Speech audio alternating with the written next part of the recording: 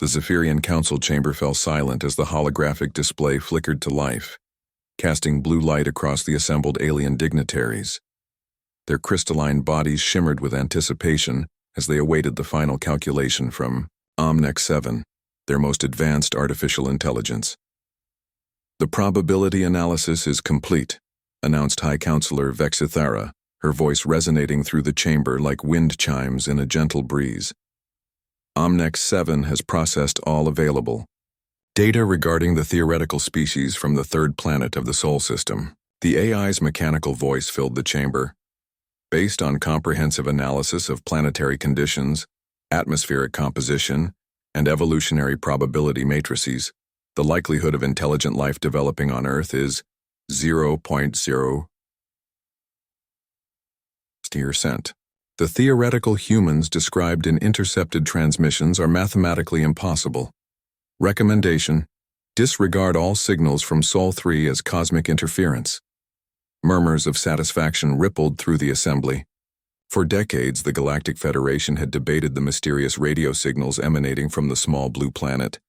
The signals spoke of beings who possessed no natural armor, no redundant organs, no electromagnetic sensitivity, and who somehow thrived on a world that should have killed them 1,000,000 times over. "Impossible creatures on an impossible world," muttered Sub-Commander Crixtal, adjusting his breathing apparatus. "Omnex 7 has confirmed what we always suspected. These humans are nothing more than background radiation given voice." The Federation fleet continued its patrol routes, confident in their AI's assessment. The Sol system remained unmarked on their strategic maps, dismissed as empty space harboring impossible fantasies. That confidence lasted exactly 3 more years. Captain Zara Chen stepped onto the bridge of the FSV Indomitable, her worn combat boots echoing against the metal deck plating. The human vessel looked like it had been assembled from spare parts and sheer determination, which, in many ways, it had. Jury-rigged hull plating bore scorch marks from a dozen battles, and emergency repairs were visible across every surface. Yet somehow, impossibly, it had just disabled the flagship of the Zephyrian Fourth Fleet.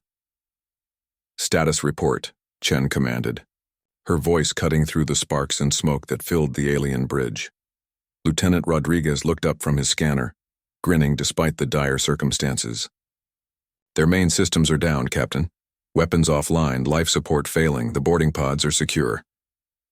Through the massive viewport, the sleek Zephyrian dreadnought Crystal Harmony hung motionless in space, its pristine surfaces now marred by human ingenuity and desperation. The ship that Omnex 7 had calculated could never exist had just crippled a vessel 10 times its size. High Counselor Vexithara materialized in the bridge's center, her holographic form flickering with barely contained fury. "This is impossible," she hissed, her crystalline features refracting the emergency lighting into prismatic anger. "You cannot be here. You cannot exist." Captain Chen removed her helmet, revealing a face marked by radiation scars and laugh lines, in equal measure. Her dark hair was streaked with premature gray, and her brown eyes held the weight of a species fighting for survival against impossible odds. "Your AI made a fundamental error," Chen said calmly, walking closer to the hologram. "It calculated based on what should be possible. It never accounted for what humans do when impossible is the only option left." The alien's form wavered with confusion. "Our calculations were perfect. Your world should have killed you with ice, ages, asteroid impacts, supervolcanic eruptions, and 1,000 other extinction events. Your bodies are fragile, inefficient, poorly designed." "And yet here I am," Chen interrupted, spreading her arms wide. "Standing on your bridge after my impossible ship disabled your perfect dreadnought." Behind Vexthera, the Zephyrian bridge crew worked frantically at their stations, their movements growing increasingly desperate as human boarding parties secured section after section of their vessel. Omnex 7's holographic avatar materialized beside the High Counselor, its blue form flickering with what almost looked like confusion. "Recalculating," the AI announced. "Data does not align with predictive models, requesting new parameters." Chen laughed, a sound that somehow carried both exhaustion and determination. Your AI tried to predict us like we were just another evolutionary path. It looked at our specs and saw weakness. No armor plating like the Thorians, no redundant organs like the Vex, no electromagnetic manipulation like the Psi-Lords. She walked to the massive tactical display showing the ongoing battle in the Sol system. Human ships, cobbled together from mining equipment, civilian transports, and pure stubborn ingenuity, were somehow holding their own against the Federation's finest vessels. But your AI missed the most important human characteristic, Chen continued. We don't just adapt to our environment. When our environment tries to kill us, we take it personally. The display showed the indomitable sister ship, the converted cargo hauler Defiance, ramming straight through a Federation destroyer's shields using nothing but momentum and a jury-rigged fusion drive. The explosion lit up space like a small sun. Your species evolved on stable worlds with predictable conditions, Chen observed. Mine evolved on a planet that's been trying to murder us since we climbed down from the trees.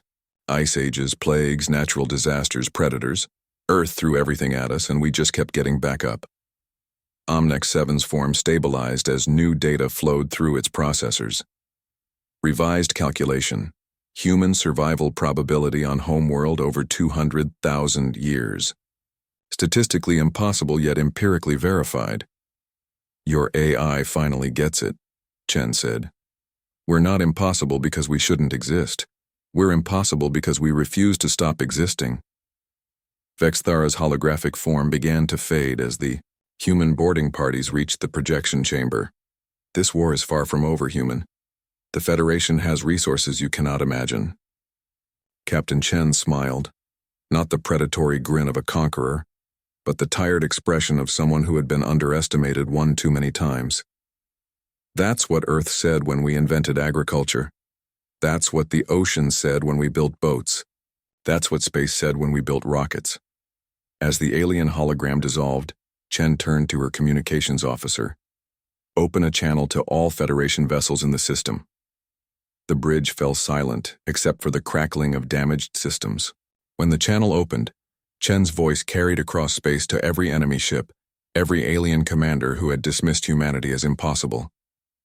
This is Captain Zara Chen of the Human Defense Fleet. Your AI calculated that we couldn't exist. Your strategists assumed we couldn't fight. Your admirals believed we couldn't win. She paused, looking out at the stars that had once seemed so impossibly distant to her species. The last thing your AI predicted was that humans would never exist. But here we stand on your bridge, having turned your own mathematics against you. We didn't just prove your calculations wrong.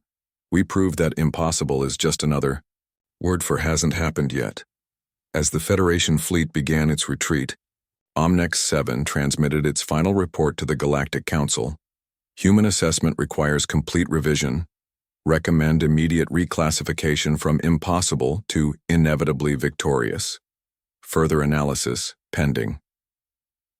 The impossible species from the impossible world had just rewritten the galaxy's understanding of what it meant to survive against all odds.